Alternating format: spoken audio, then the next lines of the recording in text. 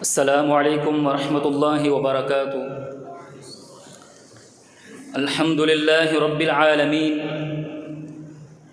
الذي جعل لنا التوحید نجاة في العالمین، والصلاة والسلام على اشرف الانبیاء والمرسلین،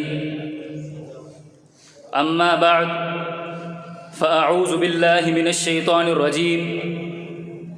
قال الله تبارك وتعالى في القرآن المجيد: أفي الله شك فاتر السماوات والأرض. وقال النبي صلى الله عليه وسلم: من قال لا إله إلا الله خالصا من قلبه دخل الجنة۔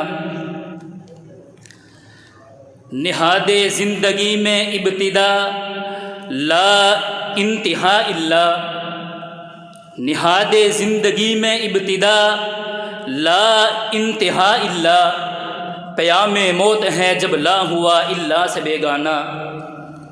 معزز اساتذہ اکرام اور اعلیٰ منصب فائز منصفین اکرام اور میرے ہم مکتب ساتھیوں، میری آج کی گفتگو کا محور توحید کی اہمیت، فضیلت اور برکات ہے۔ حضرات، توحید ہی ابدی نجات اور دائمی فلاح ہے۔ انسان کے لیے رب کی رحمت کا حصول، رسول معظم صلی اللہ علیہ وسلم کی شفاعت، جنت کا داخلہ اور جہنم سے بچاؤ صرف عقیدہ توحید کی بدولت ہی ممکن ہے۔ اس بات کو اس پیرائے کے اندر سمجھنے کی کوشش کرتے ہیں کہ عہد الست بربکم سے لے کر من ربک تک، اور من ربک سے لے کر من اسعد الناس بشفاعتک یوم القیامت تک کے سفر میں فلاح و نجات صرف و صرف توحید کو اس کے تمام تقاضوں کے ساتھ مان لینے سے ہی ممکن ہے۔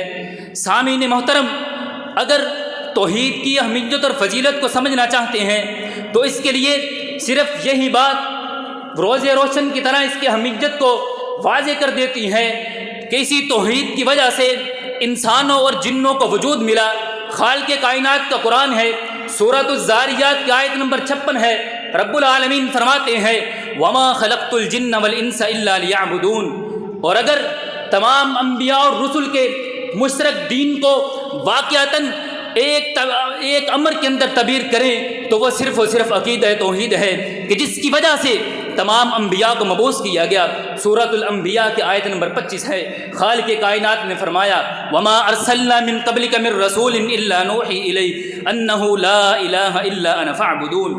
حضرات، تمام اعمال صالحہ کی قبولیت کی بنیاد و اساس صرف و صرف توحید ہے۔ اس بات کو میں اس طرح اجاگر کرنا چاہتا ہوں کہ توحید کی اہمیت آپ کو آسانی سے سمجھ آ جائے کہ وہ آیات قرآنیہ جن کے اندر توحید کا ذکر ہے دوسری قرآنی آیات سے افضل و اعلیٰ ہیں، جس کے بارے میں شیخ الاسلام ابن تیمیہ رحمۃ اللہ علیہ فرماتے ہیں۔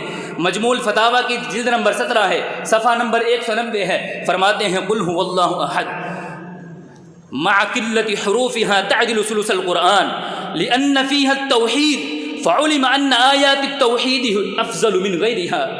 اور اسی طرح توحید کی اہمیت اور فضیلت اس بات سے بھی اجاگر ہوتی ہے۔ امام بخاری رحمۃ اللہ علیہ اپنی کتاب فتح الباری کی جلد نمبر 9 کے صفحہ نمبر 51 کے اوپر لکھتے ہیں کہ اول ما نزل من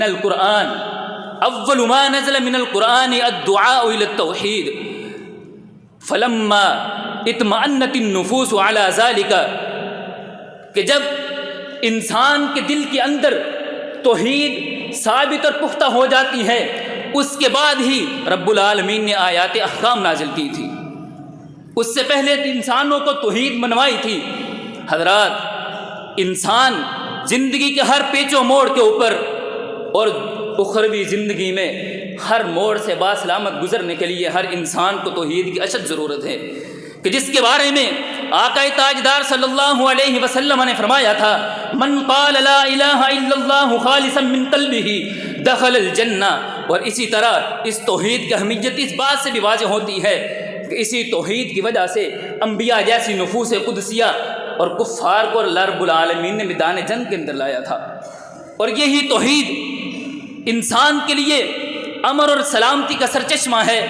رب رحمان سورہ انعام کی آیت نمبر 82 کے اندر فرماتا ہے کہ اے لوگو الذین آمنوا ولم یلبسوا ایمانہم بظلم اولئک لہم الامن وہم مہتدون۔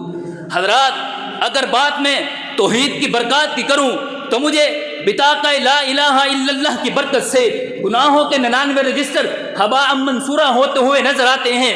اسی توحید کی برکت سے انسان کی گناہ معاف ہوتے ہیں، کہ جس کے بارے میں امام ابن رجب رحمۃ اللہ علیہ اپنی کتاب اسباب المغفرہ کے صفحہ نمبر 19 کے اوپر لکھتے ہوئے نظر آتے ہیں کہ اے لوگو، اگر تم اپنے گناہوں کو معاف کرنا چاہتے ہو تو توحید کو اپنا لو، اس کے علاوہ تمہارے پاس کوئی چارہ نہیں ہے۔ اور اسی توحید کی برکت سے انسان کی قلب و روح کے اندر ایمان پختہ ہوتا ہے، جس کے بارے میں علامہ ابن القیم رحمۃ اللہ علیہ اپنی کتاب اغاثۃ اللہفان کی جلد نمبر 1 کے صفحہ نمبر 51 کے اوپر لکھتے ہوئے نظر آتے ہیں کہ اصل ما تزکو بہ القلوب والارواح هو التوحید، کہ اصل وہ چیز کہ جس کی وجہ سے ایمان کامل ہوتا ہے، روح انسان کی اس کا تزکیہ ہوتا ہے، وہ صرف و صرف توحید ہے۔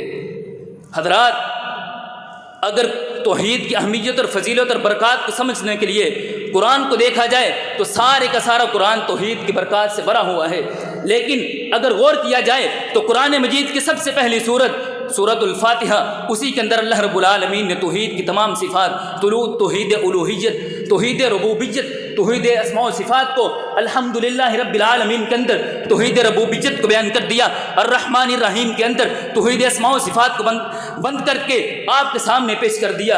اسی طرح مالک یوم الدین، ایاک نعبد و ایاک نستعین کے اندر توحید الوہیت کو بیان کر دیا۔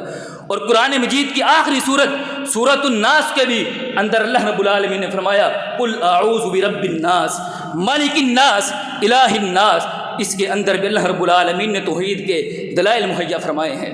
الغرض، دین اسلام کا ہر عقیدہ جس کی بنیاد اور ہر جز جس کی کل جس بھی محور کے گرد گھومتی ہے وہ صرف و صرف عقیدہ توحید ہے۔ اللہ رب العالمین سے دعا ہے کہ زندہ رکھے تو توحید کے اوپر قائم رکھے، جب موت آئے تو ایمان والی موت نصیب فرمائے۔ ھذا ما عندی واللہ اعلم بالصواب۔